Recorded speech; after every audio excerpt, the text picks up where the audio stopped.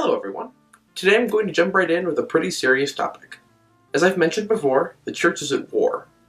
And in America, the church is in crisis. You only have to look at Europe to see what kind of road we're headed down. And that half of Western civilization, Christianity is basically collapsing as more and more people walk away from the faith.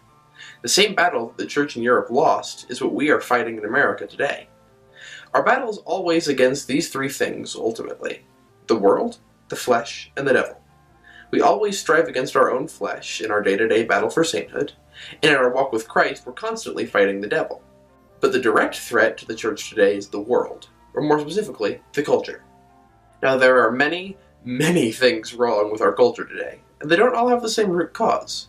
But quite a few of the battles the church is fighting, such as on same-sex marriage or gender theory and abortion, are not illnesses themselves, but symptoms of a deeper problem. That problem is what I'll be addressing today. What exactly is the illness in our culture that we're fighting against? It will help to examine more closely just how much of a problem we have here in America. For starters, people are leaving Christianity at an alarming rate.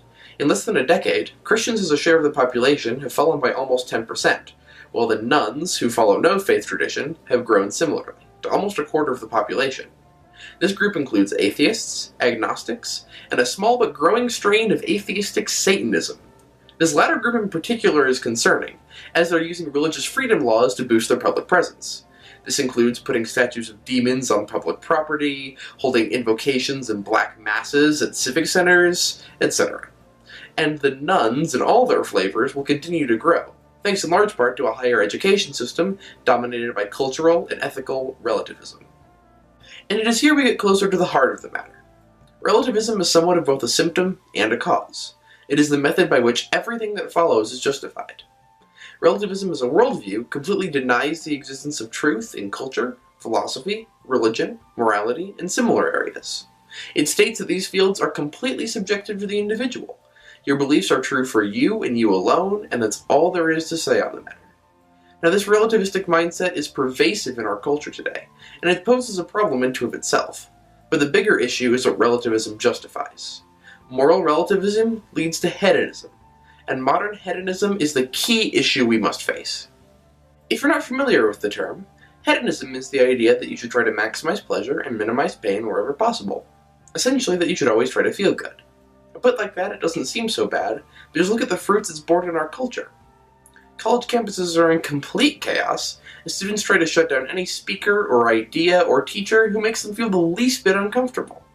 Sex sells is apparently the motto of every TV network in existence. The Supreme Court has found a right to same-sex marriage in the Constitution, just because enough people wanted it to be so.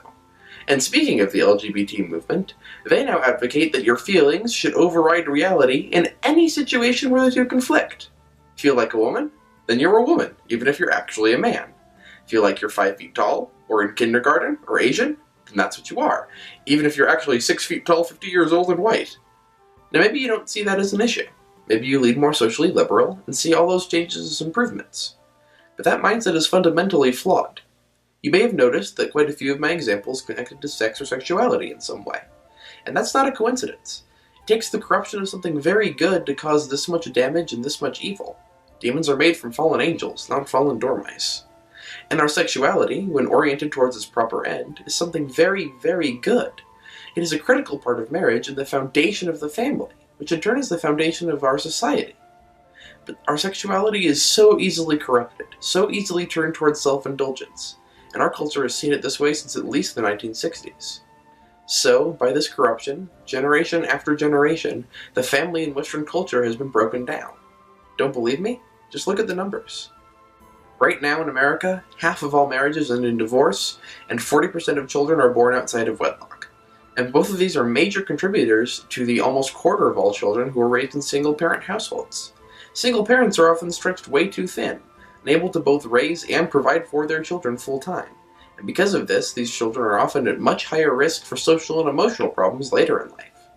More fundamentally, though, pervasive divorce robs marriage of its sacramental nature.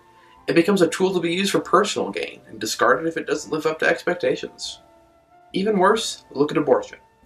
Worldwide, over 1.5 billion lives have been lost due to abortion since Roe v. Wade. In our country alone, we have killed entire nations' worth of people. The genocide has been going on for so long that those killed at the beginning would have kids in high school by now. Our country has unimaginable blood on its hands. And we are unique in our method of slaughter. Loss of life on this scale throughout history has only been perpetuated by dictators crushing dissent and great nations engaged in lengthy, bloody war. But we have surpassed them all, not through any greater, crueler government.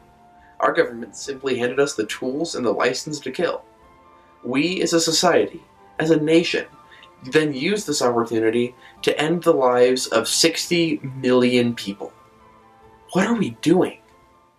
And for all that, abortion may not be the greatest evil our society fosters. Those who survive the womb enter the world, and our culture ensures they fall farther and farther every generation, multiplying the mistakes of those who came before. I'm talking about the ocean of pornography that may be the single largest contributing factor to our society's decay and destruction. We all need to take a collective step back and see what our action or inaction has wrought. Now, I'm not just talking about the rampant slavery, abuse, and drug addiction behind the images. I'm not talking about the insane amount of web traffic devoted to pornography. I'm not even talking about the divorce rate, and how over half of all divorces involve one partner's porn habit. No, I'm talking about the youth, my age and younger. I'm talking about the 60% of girls and 90% of boys who are exposed while they're in high school or younger. 90%! And do you want to know the average age a young man is exposed? 12. Over half of all young men have viewed pornography before age 12. And of that 75% of all children who have viewed porn before they leave high school, about a third become monthly, if not weekly users. Addicted, mostly, whether they know it or not. And I should know, having followed that same path. Does all that make you angry? Because you should be furious. Do you know what that does to a person? To their mind, heart, and soul? It takes the entire mass of errors our culture has created and shoves them on kids in middle school. It becomes nearly impossible to view sexuality as it should be seen. It's a jewel in the crown of marriage, uniting and life-giving. It takes that truth, a truth fundamental to the family, and corrupts it, crushes it, destroys it until nothing remains but darkness. And so many fall into the trap of pornography without faith, without any notion of redemption, forgiveness, or fighting temptation. That level of spiritual maturity is incredibly rare in middle school and high school. So, instead of living with crushing guilt, many then decide to embrace their sin, rejecting the entire Christian message of broken sinners in need of a savior. Is it any wonder, then, that our culture has fallen so far? We are a broken generation, so it is our responsibility to all who come after us, our future children, their children, and all who come after, that they do not become broken as we were. We as a nation have tried to cast aside everything that causes us to suffer, everything that brings us pain. But in the process, we've lost everything important. We've lost love, because love requires suffering, constant sacrifice on the behalf of the beloved. We've forgotten joy and traded it for the thin happiness of this world. We've taken our crosses, our burdens meant to strengthen us, make us holy and truly happy, and cast them aside. But in the process, we've gained a much deeper and much more crushing burden. Is it any wonder, then, that in a culture so devoid of crosses, we have forgotten Christ? The church is a place only for saints seeking heaven and sinners in need of a redeemer. But our culture holds both ideas in equal contempt. Saints and sinners, virtue and vice. It has no need for such outdated, prejudiced concepts. In its view, if you're doing what feels good, then you're on the right track. So where does the church stand in all this? It stands as it always has. The shining city on a hill, a beacon of light in the growing darkness. If we want to save our culture and our nation, it must be redeemed. America is mission territory now. It's high time we missionaries got to work. In word and in deed, we need to evangelize. We need to remind the culture that we are all in need of a savior. It is the only way we can begin to heal the wounds in our broken society. I'm Ahoram Dei Gloria. Thank you so much for watching.